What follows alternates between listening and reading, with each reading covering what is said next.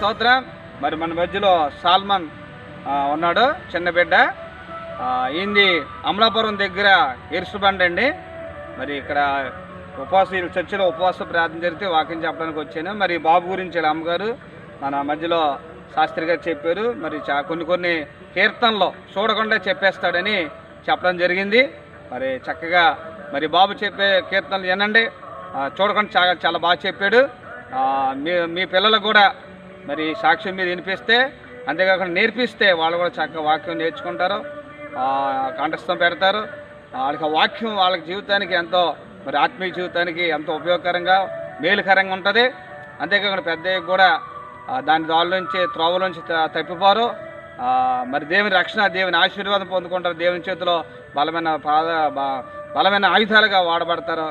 కాబట్టి ఈ బిడ్డ చెప్పే కీర్తన పూర్తిగానండి అనేక మంది షేర్ చేయండి.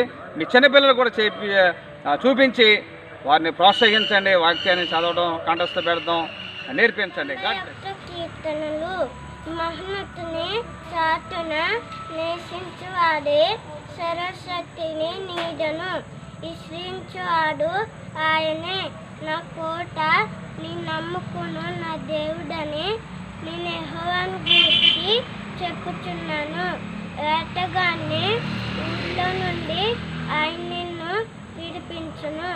నాశనకరమైన తెలుగు రాకుండా ఆయన నిన్ను రక్షించును. తన రెక్కలతో నిన్ను కప్పును, రెక్కల కింద నీకు ఆశ్రయం కలుగును. నీవే సత్యము కీడము దాలినై ఉన్నది. రాత్రివేళ కలుగు భయంకరను, చీకటిలో సంచరించి తెగులుకైనను, మధ్యాహ్నమందు పాడు చేయి రోగముకైనను నీవు భయపడుకుందువు.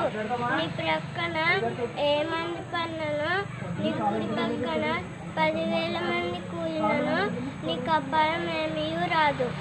ఏ తెగులు నీ గుడారమున సమీపించదు.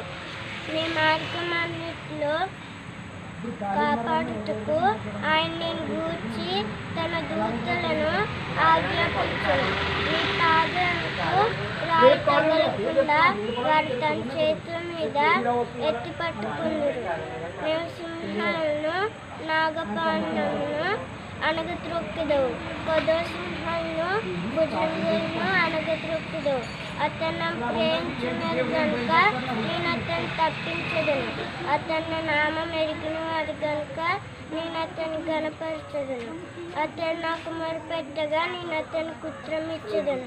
శ్రమలో అతనికి తోడై ఉండదను. అతన్ని విడిపించి అతన్ని గొప్ప చేసేదను. దీర్ఘాయు చేత అతన్ని తృప్తిపరచదను.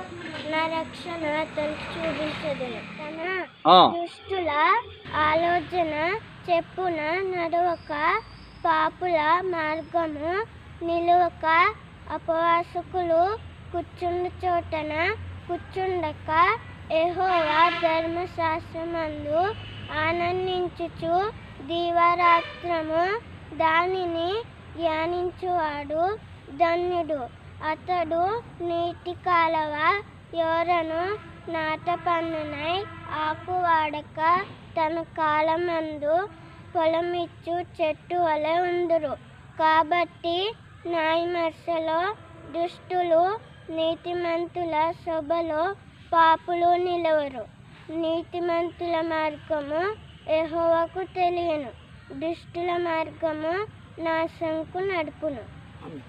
దేవుని స్తోత్రం. హల్లెలూయా. ఇంకో కీర్తన ఇంకే గుర్తునమ్మా? రెండో కీర్తన కూడా వచ్చా? ఇంకోటి 23 కీర్తన అన్నవేమో? 23వ కీర్తన అది కూడా చెప్పే.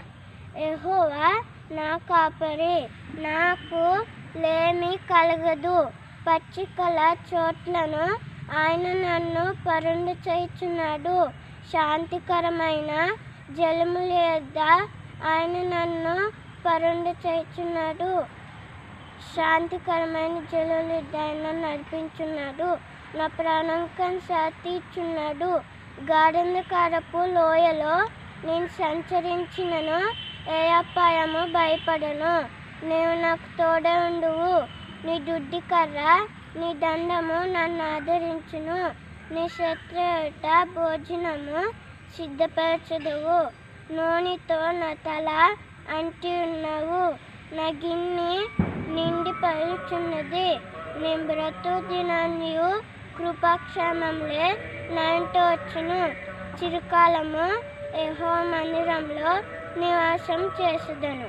ఆమేన్. దేవునికి స్తోత్రం. God bless you.